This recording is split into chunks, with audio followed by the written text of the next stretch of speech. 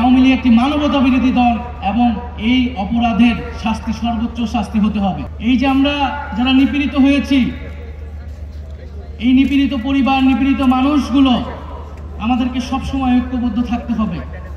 আমাদের দল মত আদর্শ ভিন্ন হতে পারে, রাজনীতি ভিন্ন হতে পারে, কিন্তু এই নিপীড়িত পরিবারগুলোকে, নিপীড়িত মানুষগুলোকে আমাদের এক থাকতে হবে এবং সেই এক থাকার জন্য একটি জাতীয় মঞ্চ আমাদের গঠন করা প্রয়োজন বলে আমি মনে করছি। সেই শেখ হাসিনা এবং আওয়ামী লীগ এবং তাদের যে মুজিববাদী রাজনীতি এবং আদর্শ, যেটা একটা ফ্যাসিস্ট রাজনীতি, সেই রাজনীতির উপর ভিত্তি করে কিন্তু তারা মানবাধিকার হরণ করেছিল।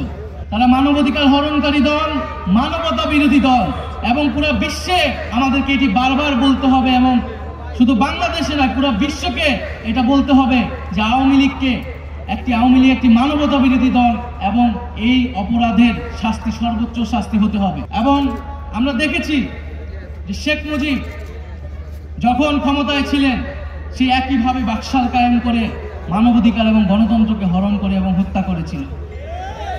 ফলে একটি দল ইতিহাসে যখন দুইবার সুযোগ পেল এবং সুযোগ পাওয়ার সাথে সাথেই তারা বারবার মানবাধিকার হরণ করেছে, গণহত্যা হরণ করেছে, তার রাজনীতি করার বিষয়ে আর কোনো ধরনের দ্বিধা আমাদের কেন থাকবে? আওয়ামী লীগের বিদায় হয়ে গিয়েছে, আওয়ামী লীগকে পুনর্বাসন কারা কারা করবেন বা করতে চান, এখন সেইটা হচ্ছে আলোচনার বিষয়। যারা করতে চান, জনগণ তাদেরকেও গণশত্রু হিসেবে চিহ্নিত করবে এই বাংলাদেশে।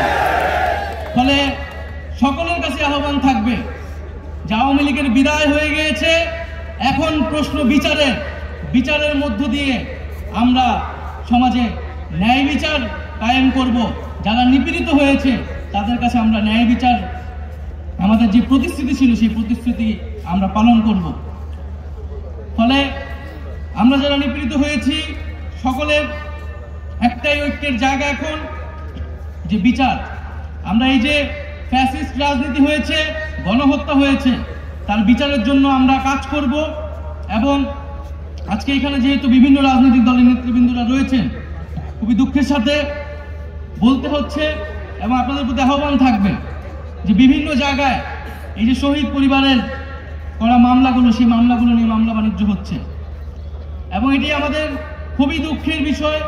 আমাদের এই শহীদ পরিবারগুলো কিন্তু আমাদের আবেগের জায়গা এবং সেই মামলাগুলোকে নিয়ে যারা মামলা বাণিজ্য করছেন, আপনাদের প্রতি আহ্বান থাকবে আপনারা দলে কঠোর হবেন। কোনো দলের কর্মী যাতে এই ধরনের অপকর্মের সাথে জড়িত হতে না পারে। যারা মামলা বাণিজ্য করছে, যারা চাঁদাবাজি করছে, যারা আওয়ামী লীগকে পুনর্বাসনের চেষ্টা করছে, তাদের বিরুদ্ধেও কিন্তু ছাত্র জনতা ঐক্যবদ্ধ আছে।